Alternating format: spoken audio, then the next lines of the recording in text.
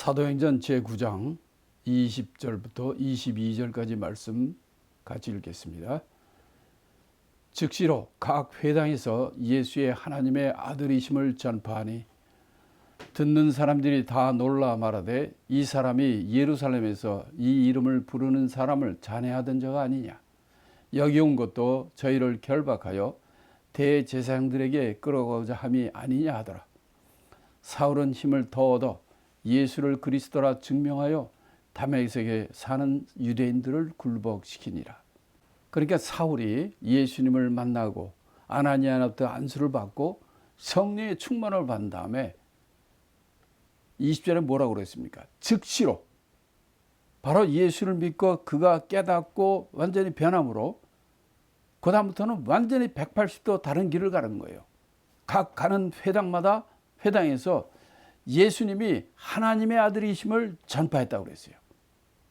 그랬더니 모든 사람들이 다 놀란 거예요.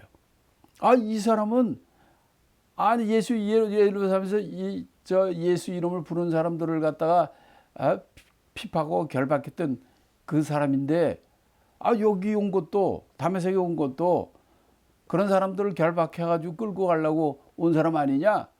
그런데 이 사람이 예수님이 하나님의 아들인 것을 전파하는 거예요. 그러니까 사람들이 다 놀라고 저 사람이 어떻게 미쳤나? 어떻게 이렇게 완전히 정반대로 얘기를 하니까 그러나 그럼에도 불구하고 22절에 뭐라고 그러냐면 사울은 힘을 더 얻어 예수를 그리스도라 증명하여 다메섹에 사는 유대인들을 굴복시켰다 그랬어요.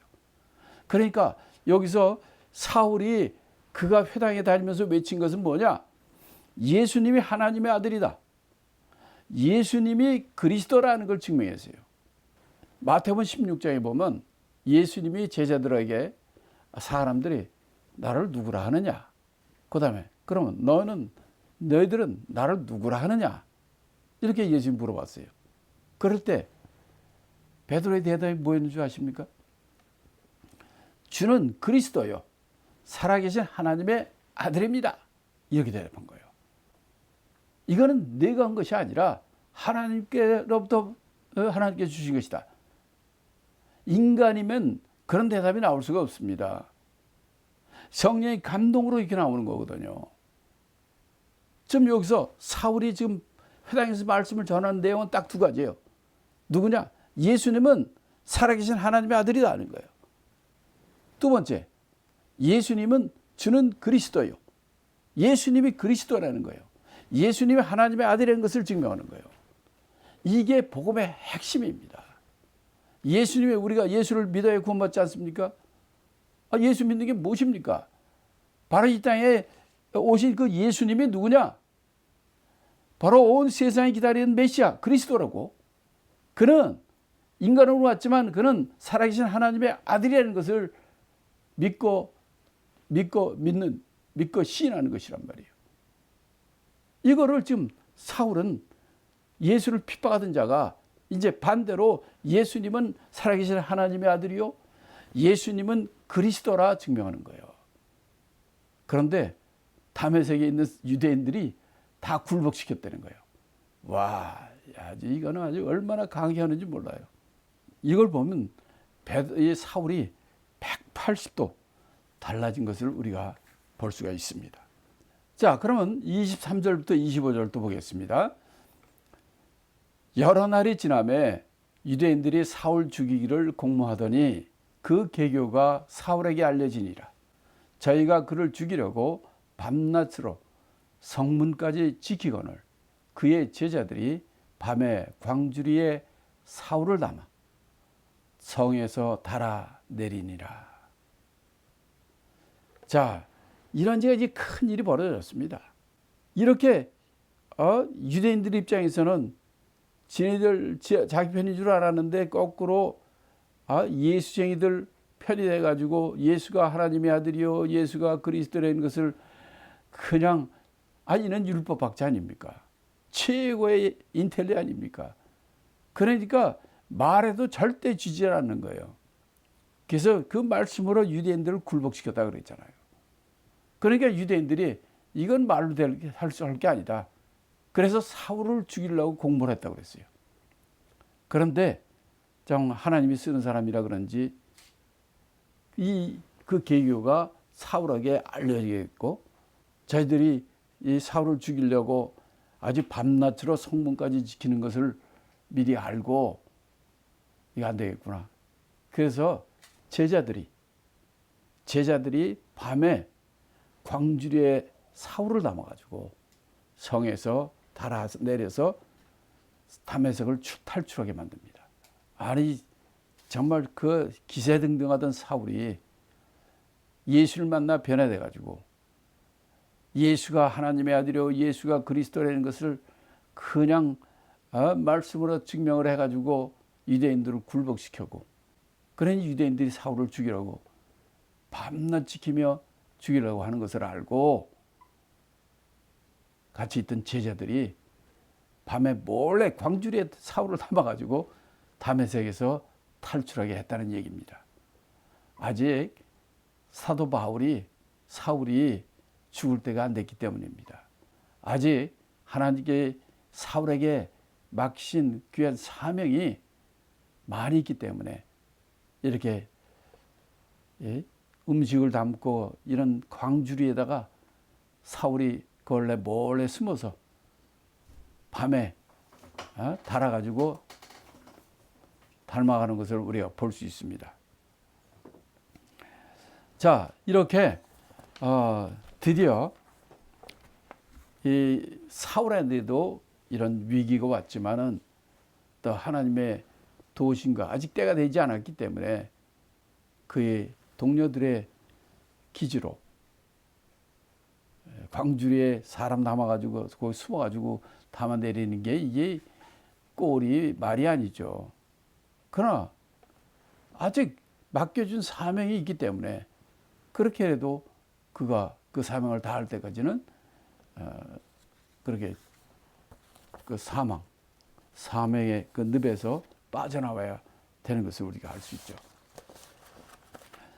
이렇게 사울이 다메섹에서 탈출할 때 이게 그 주위에 있는 바로 그 동료들, 제자들이 협조가 없었으면, 그 제자 옆에 있는 제자들이 그 유대인의 이 죽이려는 그 음모를 미리 알려주지 않거나, 또 그 제자들이 그 광주리에 밤에 광주리를 담아가지고 넘겨오는 그런 일을 하지 않았으면은 사울은 여기서 죽었을 거예요.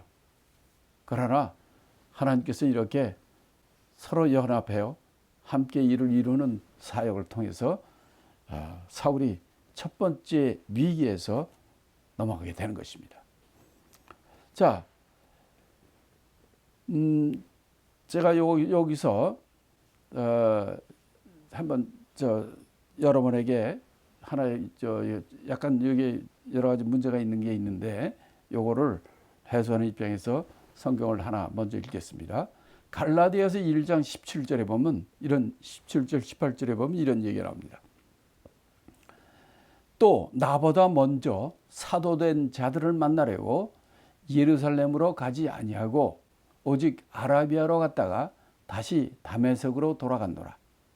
그 후 3년 만에 내가 게바를 신방하려고 예루살렘에 올라가서 저와 함께 15일을 유할세 주의 형제 야고보 외에 다른 사도들을 보지 못하였노라. 이런 말이 있어요. 자, 그런데 왜 이 말을 하느냐면 26절부터 30절을 읽어보고 아까 갈라디아 이 말씀을 잘 생각해 보시면 됩니다. 26절부터 30절까지 읽겠습니다.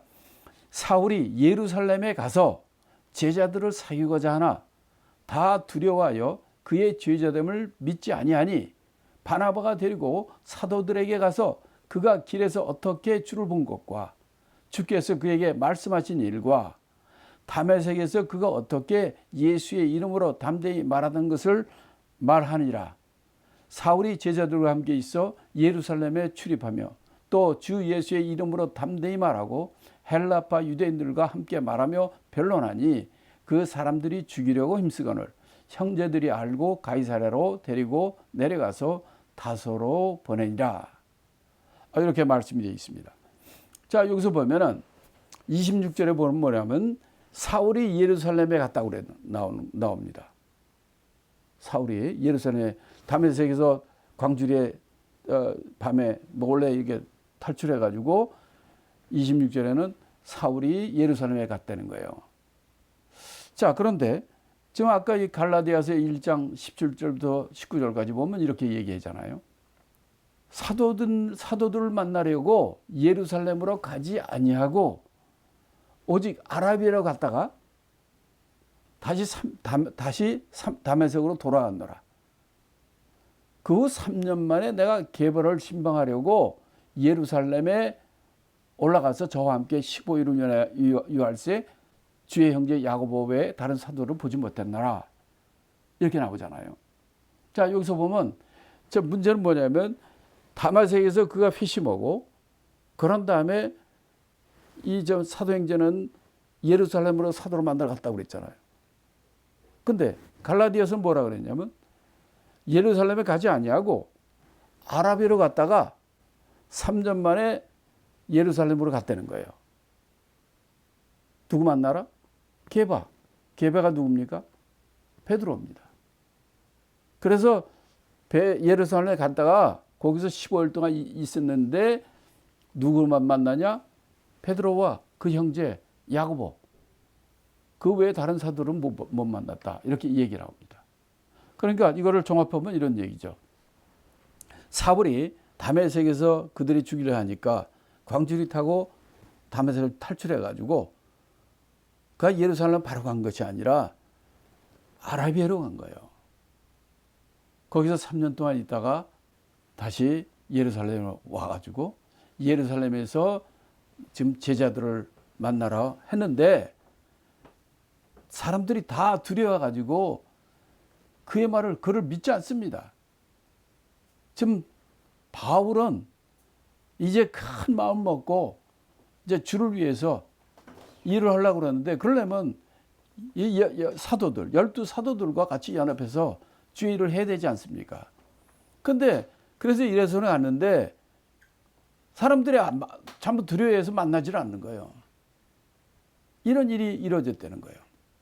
그래서 여기서 이제 우리가 좀 눈여겨봐야 될 것은 뭐냐면, 자, 이 다메섹에서 예수를 만나고 그들의 주의 일을 거기서 하다가 죽이려고 함으로 거기를 탈출해가지고 그가 간 것은 예루살렘이 아니라 아라비아라 그렇게 돼 있어요. 그래서 아라비아에서 3년을 있었다는 거예요.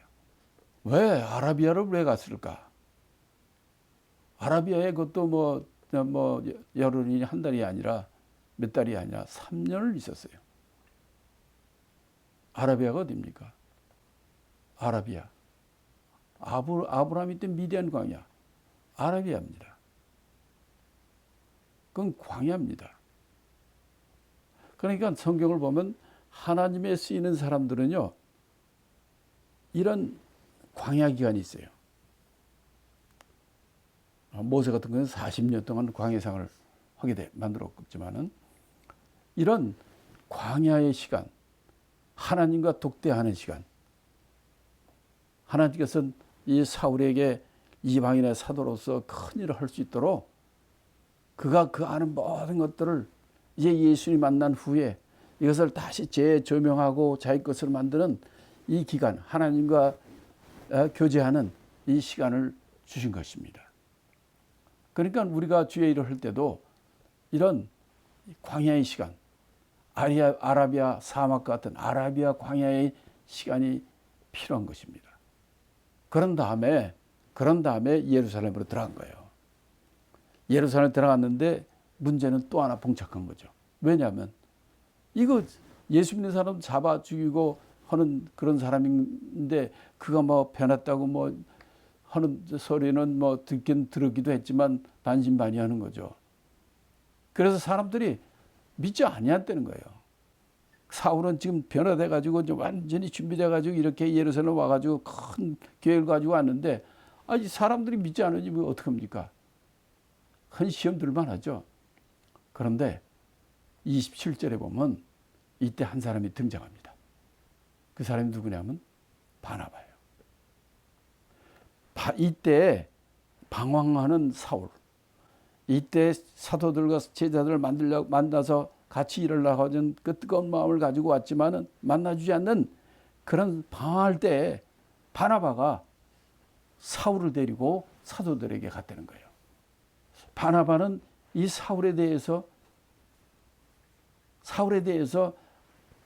그의 분별력이 있었던 것 같아요. 그래서 바나바가 사도들한테 가서 세 가지를 말합니다. 어떤 얘기를 하냐면 그가 담에서 그 도상에서 어떻게 주를 봤는지 그거를 얘기를 해줘요.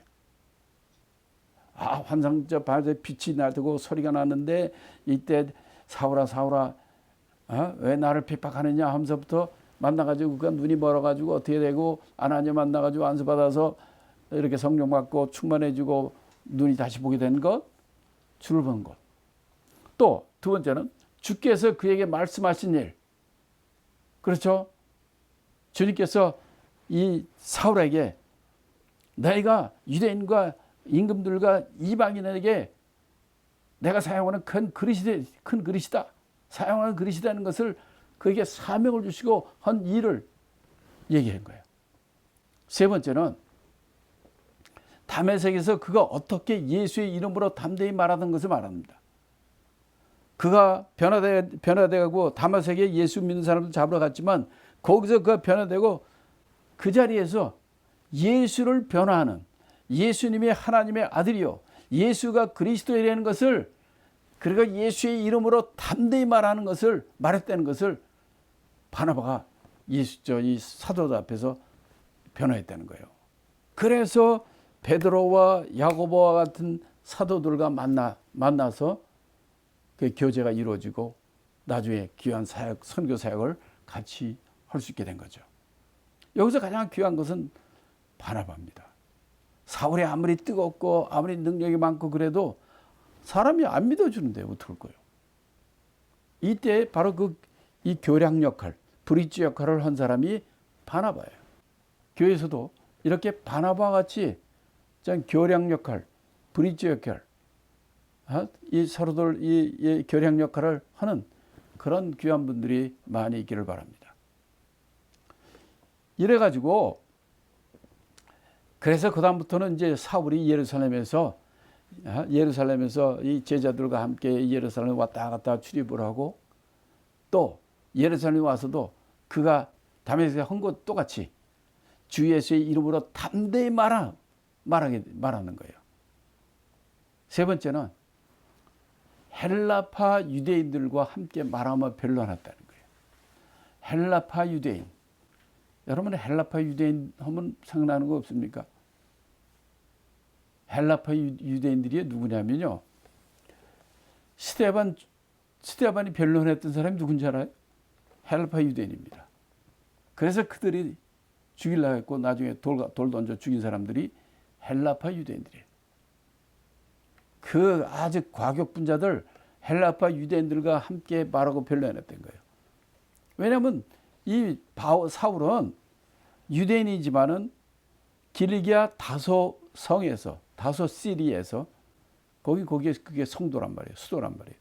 거기에서 로마 시민권을 가진 아주 그냥 가멜리아 학파의 아주 그냥 고수 아닙니까? 그러니까 헬라파 유대인들하고 얘기가 잘 통하죠. 왜? 사도 바울은 유대인이지만 로마 시민이란 말이에요. 그래서 이 헬라어에도 능숙한 사람이죠. 그래서 그들과 이렇게 변론을 같이 하게 됐고 그랬지만 그 사람들이 이 사울을 죽이려고 힘썼다는 거예요. 그러니까 주위에 있던 그 사도들과 제자들이 야 이러다 이것도 스데반처럼 또 죽겠구나. 이 사람 열정은 알겠는데 열심인 건 알겠는데 이러다 이 많은 사람들한테 미움을 받아가지고 스데반처럼 죽게 되겠구나. 이런 생각이 돼가지고 30절에 뭐라 그러냐면 형제들이 알고 가이사라로 데리고 가서 다소로 보내니라 이렇게 돼 있어요. 그러니까 너무 열심히 센 거예요. 그 유대인들을 갖다가 굴복시키고 여기서는 그들과 변론하고 하다가 못 당하니까 이 사람들이 막 죽이려고 이런다는 거죠. 다메섹에도 죽이려고 그랬잖아요. 여기서 예루살렘에서도 그들이 또 죽이려고 하는 거예요. 그러니까 이거 안 되겠다. 이제 캄다운 시켜야겠다. 그래서 형제들이 결정을 이렇게 한 거예요.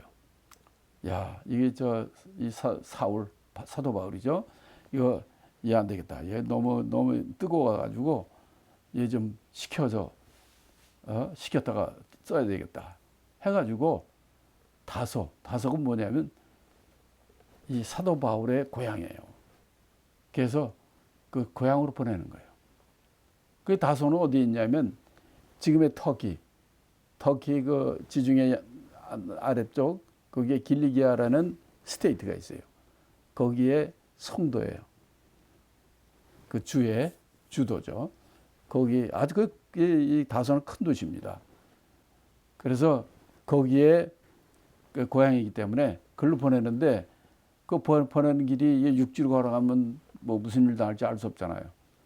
그래서 배를 타고 보내려고 그러는 거예요. 그래서 어디로 가냐? 가이사라로 갔다 그러죠.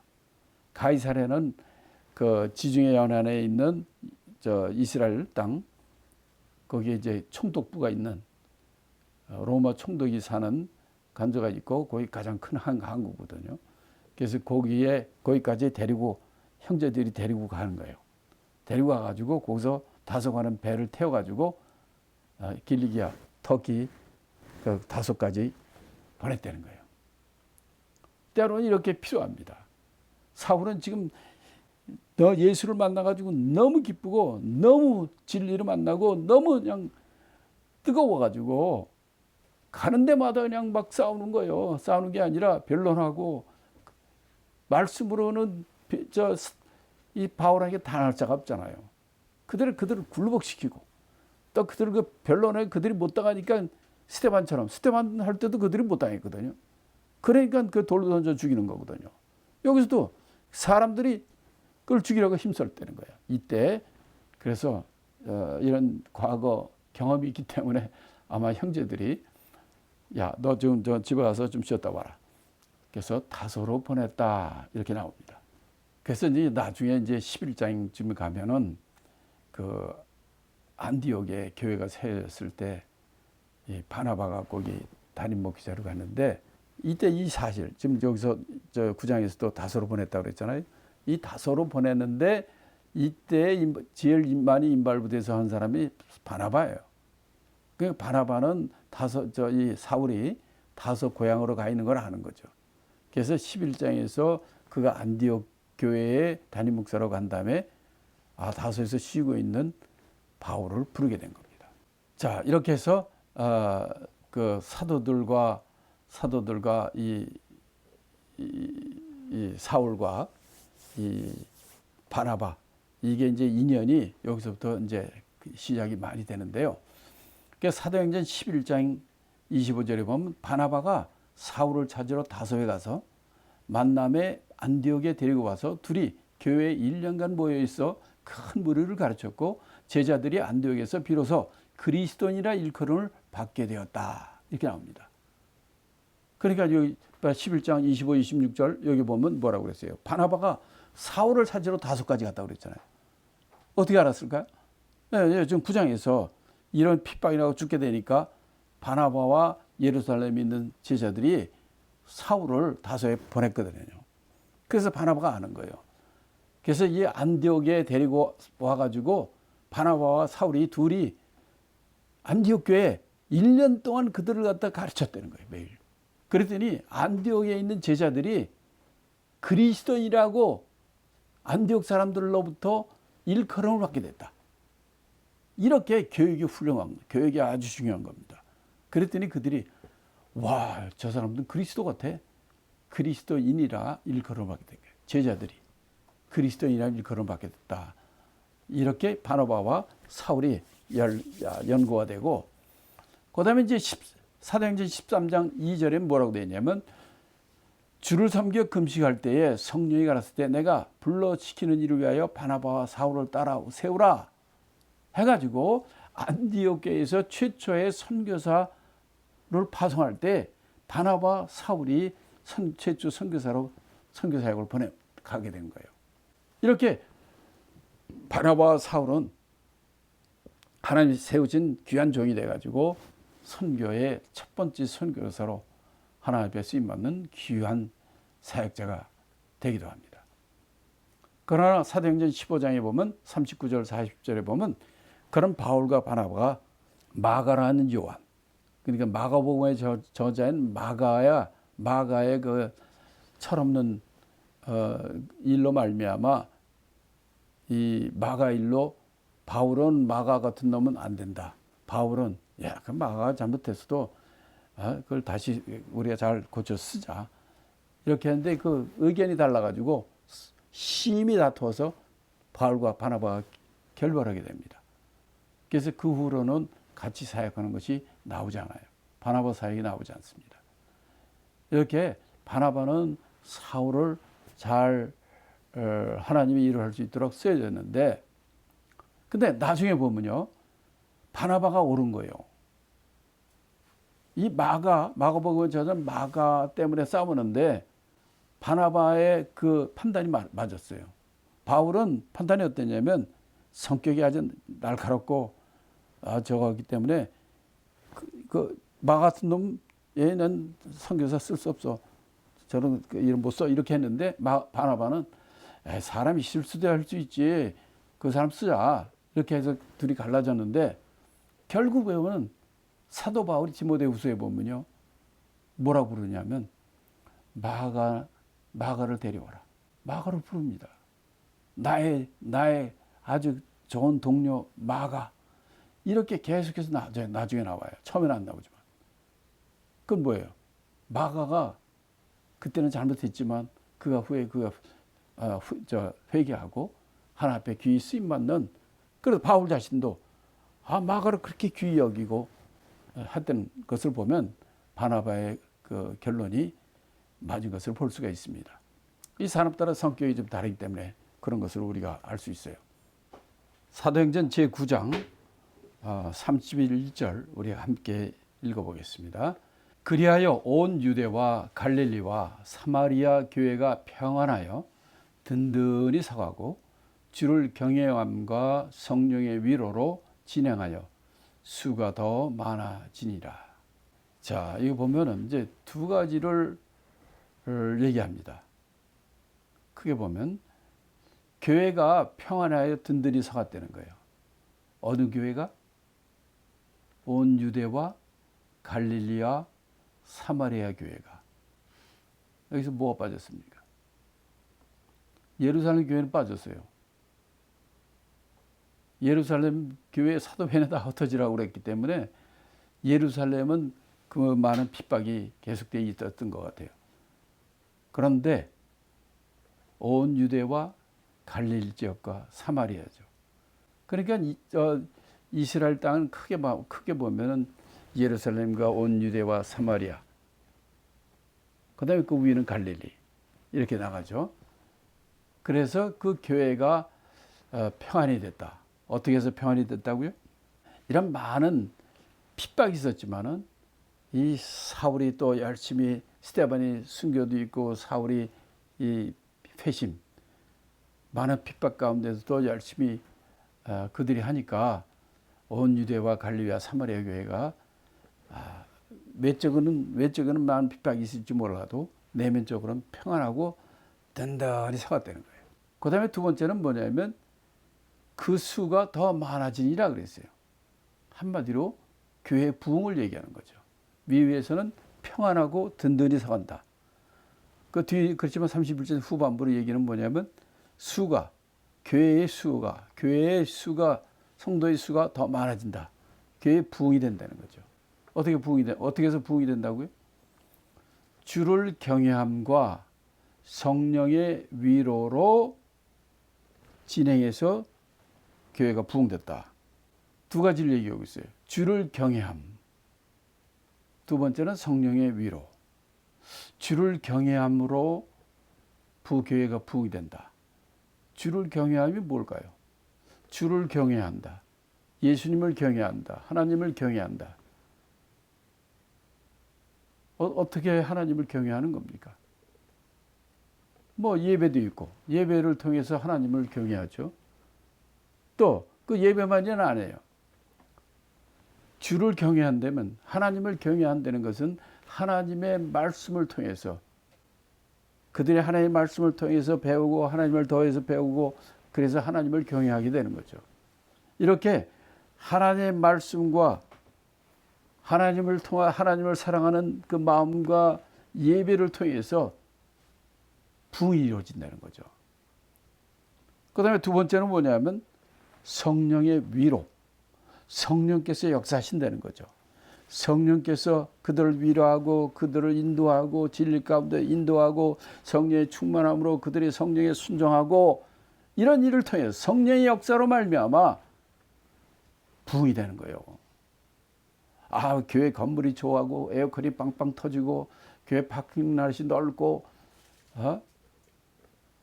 교회 시설이 좋고 이게 아니라 주를 경외함과 성령의 위로로 교회가 부흥이 된다는 겁니다. 이게 진리죠.